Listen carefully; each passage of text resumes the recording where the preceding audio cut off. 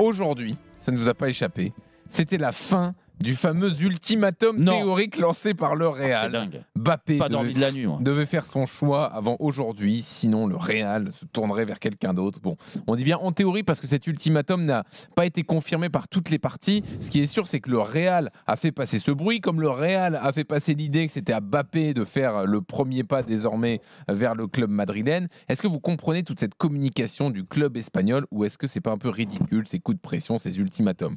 32-16 pour en débattre. Jean-Louis, je dis haut et fort, pour moi, le Real Madrid est un club de clowns. Sur le dossier Kylian Mbappé. Je suis désolé. Débrouiller avec Fred. Non, mais peu importe. Mais j'assume. Mais franchement, quand tu vois la grandeur de ce club, voilà, il n'y a pas besoin de Jérôme Rotten pour expliquer ce qu'est le Real Madrid. La beauté de Fred Hermel qui est à côté de moi. Mais franchement, sur ce dossier-là, mais ils sont ridicules, ils font preuve d'incompétence, mais vraiment, d'année en année, et remettent une couche. Et maintenant, alors l'ultimatum. Et puis, c'est à lui d'envoyer un message à Florentino Pérez, sinon on ne le reprendra pas. Non, mais franchement. Le train ne passe pas deux fois. Le train ne passe pas deux fois. Alors qu'ils attendent que ça, que dans un mois ou 2 mois, que Kylian il dit allez, on y va, hop, et voilà, faire tapis rouge, ils lui diront passer trop tard, il signera son contrat et il prendra beaucoup d'oseille, peut-être moins qu'à Paris, ça on est là, mais il en prendra quand même beaucoup, et beaucoup. Donc il faut arrêter le délire. D'un moment, mettre un ultimatum sur Kylian Mbappé, c'est pas vrai. C'est pas vrai. Aujourd'hui, tu fais comme tout le monde. Si tu veux Kylian Mbappé, à toi d'avoir une stratégie bien précise, de lui vendre quelque chose, de lui passer de la pommade, parce qu'il est en position de force, que ça soit avec tous les clubs où il peut aller aujourd'hui, que ça soit en restant au PSG ou aller ailleurs. Mais franchement, à sortir des infos comme ça, le Real, pour moi, est ridicule, Fred. Et depuis des années, c'est ça qui est sur ce dossier-là. Et ils en deviennent vraiment ridicule. Fred, réponds déjà à Jérôme et je te prépare, il y aura une deuxième lame, je pense, Christophe Dugarry. Non, mais vas-y, Fred. Jamais personne dans l'histoire du Real Madrid, club plus que centenaire, jamais aucun joueur ne s'est comporté avec le Real comme Kylian Mbappé. Je concède que le Real ne sait pas y faire avec Kylian Mbappé. Mais peut-être qu'il faut se poser des questions. Si les plus grands joueurs du monde ont joué au Real et que Kylian Mbappé n'est pas encore au Real, c'est peut-être que le problème vient de Kylian Mbappé. Alors le Real a fait des erreurs avec Kylian Mbappé puisqu'il a cru à la parole de Kylian Mbappé. 2 fois ils ont essayé, enfin même 3 fois. Une fois, c'est le PSG qui n'a pas voulu. C'est quand il quitte Monaco. Même plus, c'est quand il a 13 ans, qu'il visite le centre d'entraînement de Valdebebas. Avant d'aller à Monaco. Après, quand il quitte Monaco pour le PSG. Après, quand il y a le Real qui offre jusqu'à 180 millions au PSG, que Kylian Mbappé veut partir, d'ailleurs il te le dit, il vous le dit à tous les deux dans une interview après, je voulais partir, mais le PSG, comme il y avait un contrat, ne l'a pas laissé partir, et c'était dans le droit du PSG de retenir un joueur sous contrat, mais c'est surtout ce qui s'est passé il y a 1 an et demi, quoi, voilà, où un jeudi, et moi ça restera toujours mes infos, qui ont été contestées par la famille Mbappé, et moi je dis, ce qu'on m'a dit à Madrid, c'est qu'un jeudi, il dit oui au Real, et que le lundi, il change d'avis. Aussi parce qu'il y a des coups de pression du président de la République, du Qatar, qu'on lui met beaucoup d'argent sur... En fait, le Real Madrid, ces dernières saisons, a un petit peu trop hypothéqué son recrutement, parce qu'ils attendaient Kylian Mbappé. Et là, ils peuvent plus. Ils ne veulent plus. Alors, cette idée d'ultimatum, c'est un vrai message qui est pas donné directement par le Real, mais quand on filtre à la presse ou des journalistes relais qui annoncent ça. C'est tout comme c'était le Real. C'est tout comme. Parce qu'il suffit de voir qui signe en Espagne. Tu sais très bien que ça vient du président, que ça vient du directeur général. Donc, en envoyant un message comme ça, le Real Madrid envoie un message à Mbappé en disant « Nous, on ne va pas attendre jusqu'à la dernière minute et mettre en danger notre recrutement. » Mais tu crois ça ? Et puis c'est aussi envoyer un message auprès des supporters. Parce que le Real en a marre d'être un peu le cocu de l'histoire. Oui, mais quel message tu envoies si au mois de mars, par exemple, Kylian Mbappé il signe à Madrid? Le message envoyé, ça sera exactement ce que je viens de te dire, c'est que tu as été ridicule tout au long du dossier. Qu'est-ce que dira le Real dans ce cas-là? C'est qu'avant le 15 janvier, Kylian Mbappé avait donné des certitudes au Real Madrid. Mais il y a le message tu crois, Fred, franchement, en étant un peu sérieux, même si c'est la Maison Blanche, c'est le plus grand club au monde, ok. Mais tu crois que Kylian Mbappé aujourd'hui ou son entourage va appeler Florentino Pérez en disant pardon de ce que je vous ai fait il y a 2 ans ou il y a 1 an et demi? Simplement, je veux venir. C'est simple. Il suffit que Kylian Mbappé ou sa mère appelle Florentino Pérez au José Ángel Sánchez, le directeur général, pour dire on a décidé d'aller à Madrid, donc maintenant on va négocier la prime à la signature, le salaire et tout ça, parce que ce qui valait il y a 1 an et demi, les 130 millions qu'avait promis le PSG, qu'avait promis le Real Madrid à Kylian Mbappé comme prime à la signature quand il arrivait comme agent libre, eh ben là il faut tout renégocier. Mais ça existe dans la réalité, un joueur qui appelle un club comme ça du gars. Non, mais moi, je j'aime pas déjà quand tu as pour idée de travailler ensemble, arrêter avec les menaces déjà. Les menaces, les ultimatums. Bah si, menaces, l'ultimatum. Voilà, je trouve que. Voilà, en plus, c'est prendre les gens pour des imbéciles, les observateurs, les uns, les autres. Voilà, bon, Kylian, il va faire son choix quand il l'aura fait. Le Real Madrid est là pour le recruter. Voilà, je trouve que personne n'est grandi de cette situation. Alors, je comprends ce que dit Fred. Je comprends lorsqu'il dit que le Real Madrid est toujours peut-être encore un petit peu en colère et vexé du comportement de Kylian qui n'a pas été bien accepté. Et ce que je peux comprendre. Bon, maintenant, voilà, on va pas faire les susceptibles ou les vierges effarouchées. C'est le football, c'est comme ça. Sinon, tu le recrutes pas. Hein. Voilà, sinon, tu le recrutes pas. Mais je trouve que ça ne grandit personne. Ça sert à quoi de balancer un ultimatum? En plus, aussi tôt dans la saison, qui n'a aucun sens. Qu'un club ait besoin d'avoir une réponse d'un joueur qui va coûter beaucoup d'argent.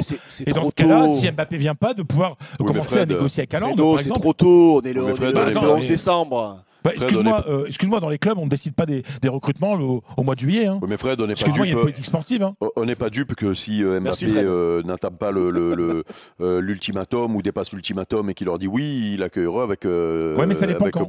Ça dépend quand. Mais non. Parce que c'est au mois de juin, c'est pas un vrai ultimatum. Le vrai ultimatum, c'est si à cette date-là tu t'es pas décidé, c'est fini. Ça n'existera jamais.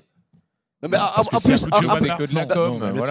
plus, Fredo, je vais te prendre au mot en plus, parce que tu m'expliques comme si je savais pas, mais je sais que c'est gentil de ta part. Non, mais que le mercato se décide pas au mois de juillet. Ok, très bien. Bah alors, dont acte.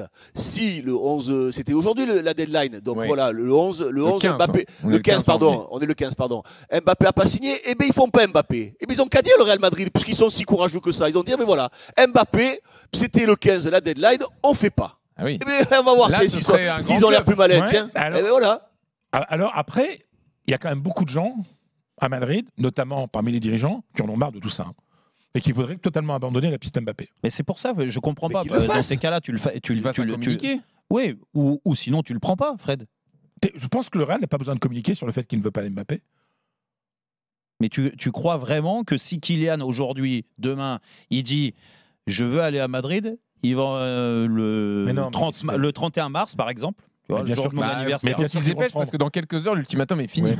C'est pour ça. Mais même tu aimes le 31 mars. Mais tu crois... Si Mbappé appelle, signe un contrat, parce que la parole d'Mbappé vaut plus grand-chose depuis 1 an et demi, signe le contrat dans des conditions salariales et de prime à la signature qui sont raisonnables, parce que le Real a dépensé beaucoup d'argent depuis la première offre. Et il y a Bellingham qui est venu à plus de 100 millions quand même. Et pas sans savoir que de toute façon, ça sera le joueur le mieux payé.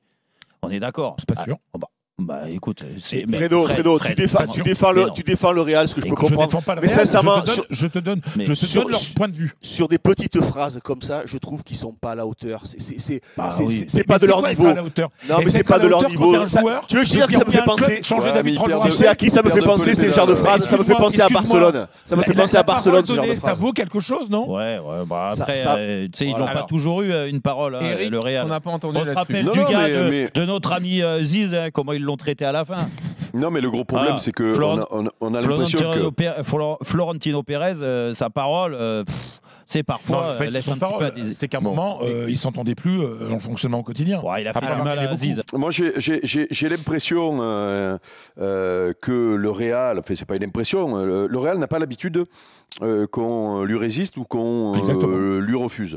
Et donc, du coup, ils perdent un petit peu les pédales, c'est-à-dire ils ne savent pas par quel bout prendre Kylian Mbappé, ils ne savent pas s'il faut le flatter, s'il faut le menacer, s'il faut lui lancer des ultimatums.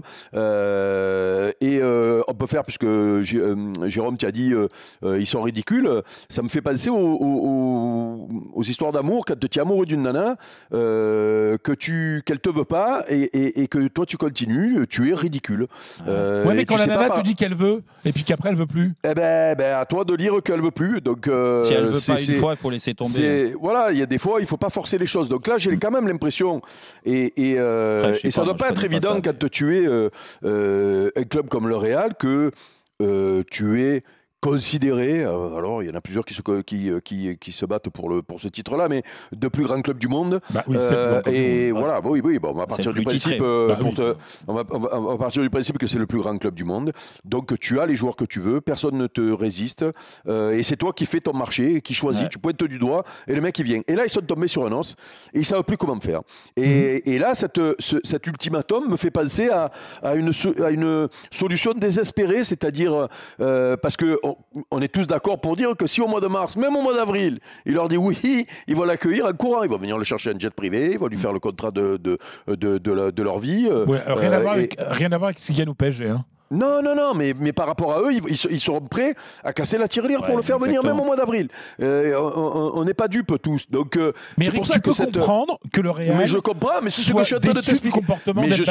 Mais c'est ce que je suis en train d'expliquer. Voilà. C'est-à-dire, c'est du dépit amoureux, c'est on n'a pas l'habitude de te résister, puis quand quelqu'un te résiste, tu sais pas comment me faire. Et bien sûr que je comprends ça. Ils sont déçus, mais ils sont toujours amoureux. Et voilà, ils sont toujours amoureux. Un peu moins amoureux quand même. Alors, et peut-être un peu moins. Non, mais même beaucoup moins parce qu'ils sont allés voir. Ils sont allés voir un peu ailleurs, mais sauf que. Ils ont pris un mec qui s'appelle Bellingham et qui est en train de. Mais Fred, c'est déjà bon. Kylian Mbappé, que ça soit à Madrid aujourd'hui avec l'effectif ou Madrid avant avec l'ancien effectif ou dans un autre club européen, de toute façon, il va te bonifier l'équipe, ça sans aucun doute. Maintenant. Là où je dis qu'ils sont ridicules, c'est qu'avec tout ce que tu as dit, Fred, tout ce qu'a redit aussi Eric, c'est que automatiquement, quand tu t'appelles le Real Madrid et que tu as pris une claque, une deuxième, une troisième claque, et que tu es ridicule dans cette déclaration-là, qu'en plus de ça, tu as fait en sorte de ne pas recruter d'attaquants pour essayer de voir s'il y avait une possibilité cette année. Mais aujourd'hui, vu que même Kylian ne sait pas ce qu'il doit faire et ce qu'il va faire, eh ben, tu dois lui dire stop, on ne te recrutera pas. Qu'est-ce qu'ils essayent de démontrer avec cet ultimatum? Moi, c'est ça, j'arrive pas à comprendre. Non, ils se protègent. Non, je vais te dire, c'est ça. Ils se protègent. C'est de la communication pour ne pas encore avoir l'air du cocu de l'histoire. Parce qu'ils vont pas nombreux. Tu vois, mais c'est l'ego de Florentino Pérez. T'es obligé d'envoyer un ultimatum pour éviter le ridicule. T'as juste à dire on verra bien et puis voilà.